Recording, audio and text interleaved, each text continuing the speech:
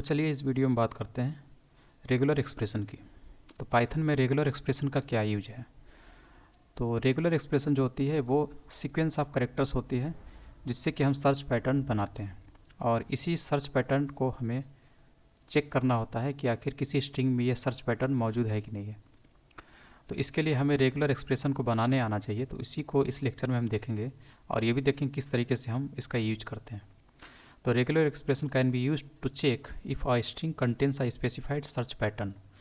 तो regular expression का use इस तरीके से चेक करने के लिए होता है कि कोई स्पेसिफाइड जो सर्च पैटर्न है वो मौजूद है कि नहीं स्ट्रिंग में। ठीक, तो ये जो मॉड्यूल है इसे हमें पहले क्या काम करना पड़ेगा, इसे इंपोर्ट करना पड़ेगा अपने प्रोग्राम में, ताकि हम इसके ज़रिए रेगुलर एक्सप्रेशन सर्च पैटर्न बना सकें जिसको हम इसके ज़रिए हम चेक कर सकें कोई भी चीज़ स्ट्रिंग के अंदर। ठीक, तो यहाँ पर हमने आरी मॉड्यूल को इंपोर्ट किया। उसके बाद हम लोग यहाँ पर ये चेक करना चाहते हैं कि क्या ये स्ट्रिंग द से शुरू हो रही है और स्पेन से एंड हो रही है। तो ये चेक करने के लिए हम रेगुलर एक्सप्रेशन का इस्तेमाल करते हैं, यानी आरी मॉड्यूल हमें इंपोर्ट करना पड़ेगा और इसके अंदर जो एक मेथड होता है सर्च, जो इसके ऊपर अप्लाई कर सकते हैं। तो आरी डॉट सर्च इस्तेमाल किया जो कि इसी में मौजूद मेथड होता है सर्च।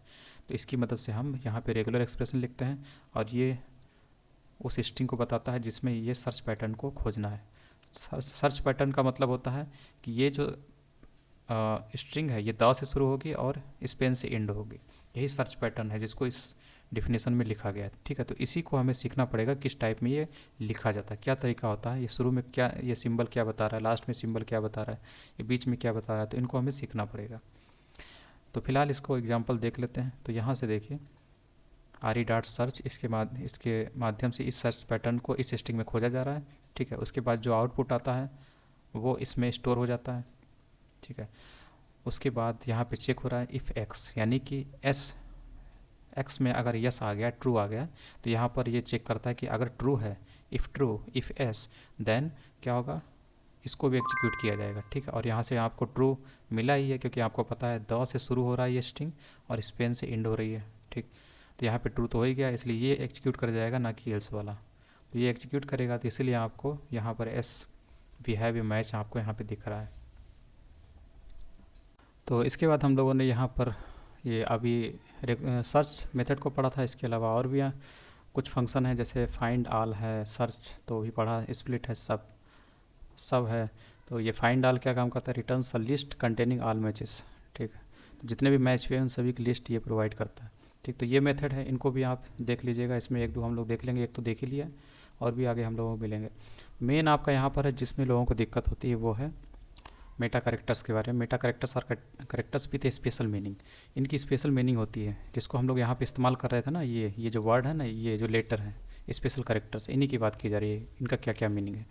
जैसे अगर आपने स्क्वायर ब्रैकेट लिखा है तो इसका मतलब सेट ऑफ कैरेक्टर्स। ठीक, इसका मतलब है सेट ऑफ कैरेक्टर्स। ये आपने बैकवर्ड स्लैश लिखा है, इसको स्केप स्पेशल कैरेक्टर कहते हैं, स्केप कैरेक्टर कहते हैं।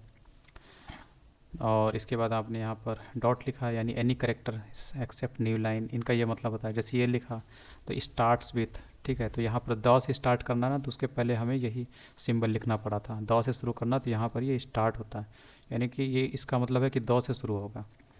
और इसी तरीके से इंड वाला भी होगा, ये देखिए इंड्स विथ, यानी इंड करना है तो आपको इसका एग्जाम्पल भी दिया है कि आपको इस टाइप में लिखना है। ठीक, यानी कोई भी लेटर, जैसे प्लेनेट है जो कि इंड हो रहा है, ठीक, स्ट्रिंग इंड हो रही, तो आपको प्लेनेट डबल कोट में इस टाइप में लिखना है। और सेम चीज़ यहाँ पर भी की गई। ठीक,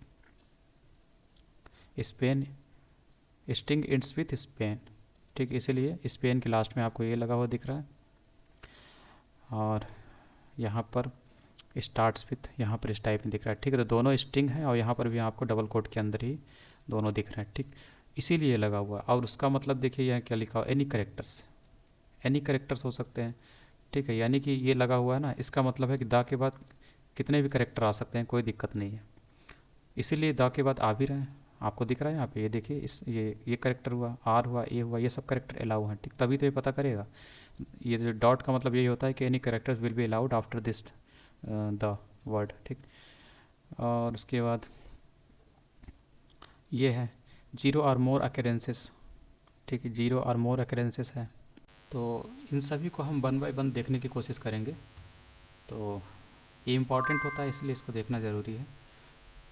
तो इसके लिए अगले लेक्चर में हम लोग इसको कवर करते हैं।